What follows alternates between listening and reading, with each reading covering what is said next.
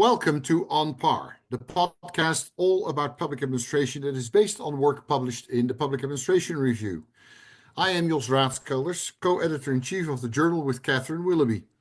Together with our team, editor Hong Tao Yi and management analyst Preston Phillips, through the journal, this podcast and other affiliated outlets, we hope to bring you the latest information about emerging developments in governments around the world, advance theoretical and conceptual knowledge about governance and government, and connect and inform the practitioner and academic communities globally. Our guest today is Associate Professor Don Lee of the Graduate School of Governance and Department of Public Administration at Sungkyunkwan University in Seoul, Korea. His research has just been published in PAR under the title Bureaucratic, Professionalization and Cabinet Management, How Civil Servants in Presidential Democracies Are Treated Differently. It's a comparative study. Don, is there anything you would like to tell us about yourself before going into briefly summarizing the main argument of your article?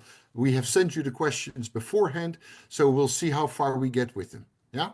So say something about yourself and then summarize the major findings of your article. Okay. First of all, thank you very much for having me today. Thank you for your time. It's a great pleasure and an honor that my research has been published in such a prestigious journal like Public Administration Review. So this research is, I briefly tell you about the research published in PAR. So this research is based on my dissertation back in 2015, and then I updated my data set, and then I worked on the cabinet appointment mainly. But this research published is basically follow-up research, and then in this article, I look at mainly focusing on structure, like bureaucratic professionalization, and how it shapes the present strategy in distributing and managing cabinet posts. So what that means is that not just appointment, but beyond that. So which type of minister gets which type of post, and then from there, how long these ministers are retained in the cabinet. That's sort of my main focus in this article. And the key finding is pretty much straightforward, but I find it's quite insightful. So basically, these ministers from the more retrieve and retain the cabinet posts in key policy areas such as finance, economy, and national defense, and then internal affairs, foreign affairs, as bureaucratic professionalization increases. But these ministers from bureaucracy, they are less likely to receive and retain cabinet posts in these key policy areas as bureaucratic professionalization decreases and then politicization increases. So that's a sort of a main findings from this article. Okay, well, thank you for that. Now, you mentioned in your article that bureaucratic structure shapes a chief executive's cabinet management. Now, you've seen in the question that we have sent you beforehand that I would argue bureaucratic structure is a feature of all organizations that are larger than a mom and pop store, right? So in the nonprofit and the private sector and the public sector, you find bureaucracies everywhere. As I tell in class, gosh, you should think of Boy Scouts and Girl Scouts of America as a bureaucracy. Walmart is a bureaucracy. Any department store is a bureaucracy now. I also mentioned that a bureaucracy is an institution that can be filled on the basis of merit. And I'm inclined to think that when you use the phrase professionalization, that you're thinking of merit. But we also know that bureaucratic positions can be filled on the basis of loyalty, which has been the case for most of history, right? I think professionalization, I then argue, and if you know history of government, you know that I was wrong answering that question, but I'm asked it anyway, that the professionalization is not necessarily a characteristic of bureaucracy. bureaucracies that serve those in power, or is it? Okay, thank you for the question. So, of course, this article focuses on public bureaucracy, straight bureaucracy. I think it's interesting to look at the organization structure outside the government. But given this is public administration, this focus is government and mainly national bureaucracy. So the main characteristics of bureaucracy that is how civil servants in a national government are recruited and promoted. So this is basically the key and main features of personal systems across national bureaucracies. Mm-hmm. And the definition or concept that I built on is called Max Weber's concept of a meritocratic bureaucracy. So this is a widely cited article written by Evans and Lauch in 1999. They used the term Weberianist scale. So this is a Max Weber's concept, and then they put this degree of so-called bureaucratic. Some people use the term bureaucratic quality, and then some people use bureaucratic autonomy or professionalization. But they mainly talk about to what extent civil service systems are characterized by merit-based recruitment and predictable procedures for promotion.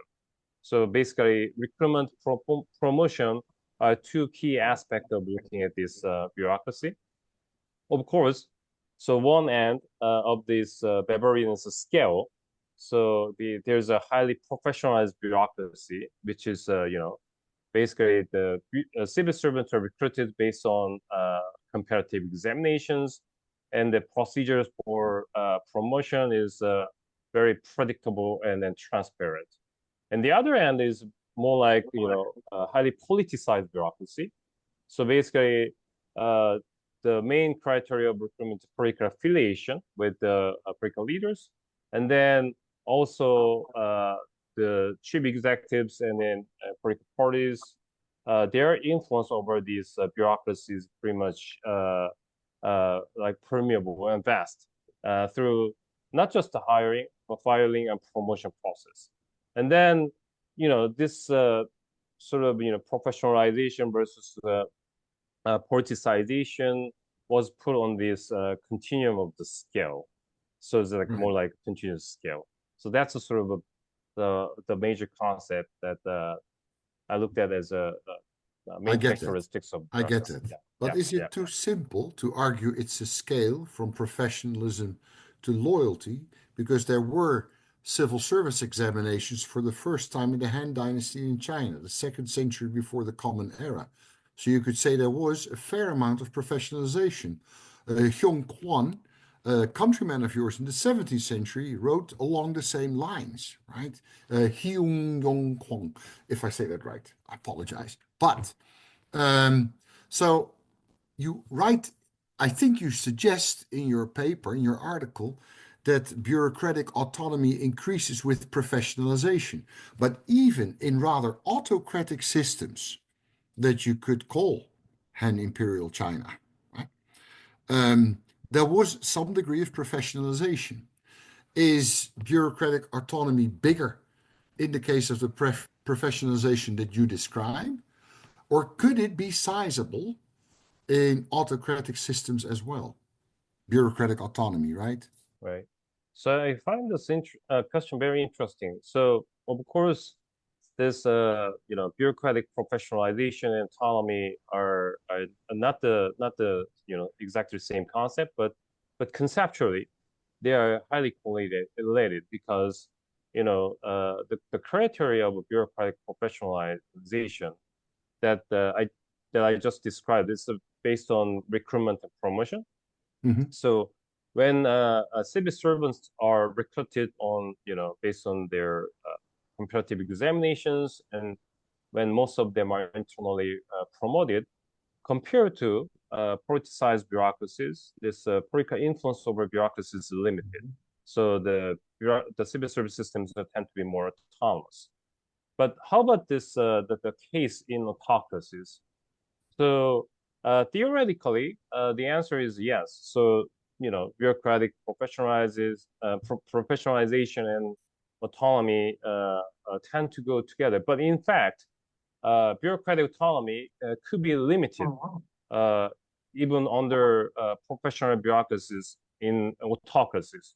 So the reason is that, so in democracies, that's why I focus on democracies Mhm. electoral cycle play a important role in shaping bureaucrats' perception of to whom they are accountable to. That's why we use the term lame duck present. So the influence over bureaucracy, even though professional bureaucracy might be different from civil servant perception of political leaders when their terms are, fixed and then, restricted. However, in autocracies, this time horizon is indefinite, and then electoral cycle is Yeah. meaningless, especially the single party dictatorship such as Yeah. China. So even professionalized bureaucrats, this bureaucratic autonomy could be limited in an autonomy, in autocracy. Okay. Excuse me. Yeah. Okay. I get that. Thank you very much. In your article, you mentioned briefly, you described presidential democracies, right? But you contrasted briefly, and I wrote in my question context, but it's contrast, briefly parliamentary and presidential democracies, where in the parliamentary democracy, ministers or secretaries, as you call them in the United States, are selected from among parliamentarians, while in the latter, presidential democracies, non-politicians can be elevated to ministerial positions, as we see possibly happening in the United States in the months to come. And you mentioned a variety of examples. Now, there are parliamentary and presidential democracies both that have some have two-party systems, some have multi-party systems. As far I know you didn't investigate that, but it is something that I think is interesting, and maybe for your future research agenda. Does the dynamic of ministerial selection uh, operate similarly in one, two, and multi-party Okay. systems? So you make a picture more complicated, Jos. This challenging. I like. So the dynamics of ministerial selections and beyond this, like Representatives in this podcast of all three. Hong Tao comes from a one-party system. Catherine grew up in a two-party system. I am from a multi-party system. oh, okay. So which are you mean, Jos? The Netherlands. Another. Okay, that's a perfect example. But Uh-huh. go on. Okay. Just let your thoughts flow free. All right. So this dynamics of minister selection and retention, all this the process definitely operate quite differently in two-party systems versus multi-party systems. It's mainly because this party systems, the type of party system, uh, is a primary determinant shaping cabinet politics. It's one of the most influential factor affecting cabinet politics. So, for example, in two-party systems like the United States, it's very rare to see a coalition government, right? So where I don't think there ever has been president, one. Yeah. right? So president as a chief executive or minister from outside, opposition party. But compared to that, it's fairly common, like the case of the Netherlands, to see a coalition government in multi-party systems. And in presidential democracies, look at the Latin American countries like Brazil. So it's pretty common to see coalition government in party systems. And it's mainly because, in terms of policy process and also the policy and political process, obtaining a majority support from the legislature or parliament is so important, right, for this, president or chief executive political fate. And among Asian democracies, for your information, so I look at this four cases. Yeah, South so Korea, your cases were we haven't mentioned South Korea, the Philippines, Thailand, and Malaysia, right? right? So South Korea, Taiwan is close to two-party systems. so many two major parties competing. But Indonesia and the Philippines are closer to Indonesia. multi-party systems, right? So in summary, so going back to your question about this, present parliamentary systems and non-politicians' lies. So I would say, so there is still room for non-politicians in multi-party presidential democracies, but the room is smaller for them, smaller for these non-politicians compared to Okay. two-party presidential systems. Okay. Well, I raised the question because indeed in the Netherlands I've seen people being elevated to ministerial positions from the private sector. It does happen, but you're right. It doesn't happen all that much. In your article, you also mention Alexiadou, an article I think from 1999, where he distinguishes between partisans, ideologues, and loyalists. And all three of those concepts as types of ministers strike me as a little pejorative. Huh? Do we want a partisan in a ministerial position, or an ideologue, or a loyalist? And I was thinking of Anthony Downes's distinction between five types of public servants. From Inside Bureaucracy, 1966, zealots, climbers, advocates, conservers, and statesmen. Now, I know your article was not about that as well, but how would you label the career civil servants that you have seen enter into ministerial cabinet positions? How would you label them if you would use Downes types? I'm just curious, because I like to believe that it's statesmen and women that we elevate to those positions, but Right. So first of all, Despina's these three types of ministers, like partisans, ideologues, and loyalists, it's basically built on parliamentary democracies. So she mainly focused on this office seeking versus policy seeking incentives. So these are sort of, she kind of limited and focused on these two major incentives in classifying the type of ministers. But for the broadly, as you mentioned, I think it'll be interesting to apply Downesian typology. I haven't, but I would like to. I'd like to do that for my future research. And I was thinking, and then some types of, there are five types you described, and some types could be inherently misfit for this minister's position. So, for example, to be as a civil servant, as career civil servants, to be promoted to top executive office, this career civil servant need to have a certain level of political ambition. So, in this sense, I think climbers, and among these five types, climbers and advocates are seem to be better suited for this minister position. Of course, I have this evidence is not systematic, but more based on my interviews with several ministers from civil service in these four countries I look at during my dissertation research and follow-up research. Yeah. So they are my common. So the idea that I commonly get from this interview is that, so basically, these ministers from civil service, they are less likely to put their individual political ambition above the present policy agenda, and then they tend to stay outside politics after serving in the cabinet. So this is quite different from this minister from legislature or this typical politicians.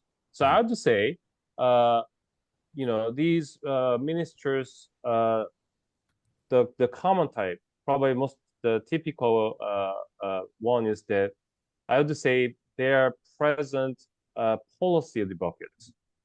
Yeah, that's how I would say. Yeah. Okay. Thank you. I've written quite a bit about career civil servants, but then in the Netherlands, together with my friend and colleague Frits van der Meer, who's one of our associate editors. But I've also written a comparative book on political administrative relations that I edited. So that's where my next question is coming from. There is actually quite a bit of knowledge in the literature on political administrative relations about how heads of state, say presidents or kings, no, not kings, presidents, and heads of government, prime ministers, seek to control bureaucracy, right? They can do that via political appointees, the way Paul Light describes the thickening of government in the United States, adding layers of appointees in between the career civil service and the top executive. Agencyfication, that is turning an agency under direct presidential control rather than have it embedded within the existing government departments. Appointments of loyalists, which is something that's very much on the agenda in the United States at the moment. And I referred in what I sent you in an email to Trump's Schedule F executive order of October 2020, wherein the idea was 50,000 to replace 50,000 federal civil servants with people loyal to him. So political appointees, agencyfication, appointments of loyalty, and there is then a senior executive service. They have applied it in a number of Western countries, and I think the US was actually the first to do that in 78. An SES, where you have a possibility of elevating career civil servants to a very influential policy-making level that also includes a number of political appointees. When President Carter issued that, or when that act was enacted in Congress in 1978, the idea was about 10% appointees, political appointees, and 90% out of the career civil service. Now, my question for you, for the four countries that you described, South Korea, Indonesia, Thailand, right, and the Philippines. No? Am I mixing it up now? There. Anyway, what mechanisms and instruments did you see that are used in the four countries in your study for controlling bureaucracy? Right. So first of all, the all this the present strategy in controlling bureaucracy that you described, as you all know, as you all familiar with, this is basically this the administrative presidency scholars in American politics. They kind of they have worked on and they are mainly interested in. And my the theoretical mechanism is built on these ideas. So basically, they focus on largely two types of strategy. So one is politicization, and then the other one is centralization. Mm, And then yeah. basically, so and then I adopted the idea of a politicization, bit of a limited scope.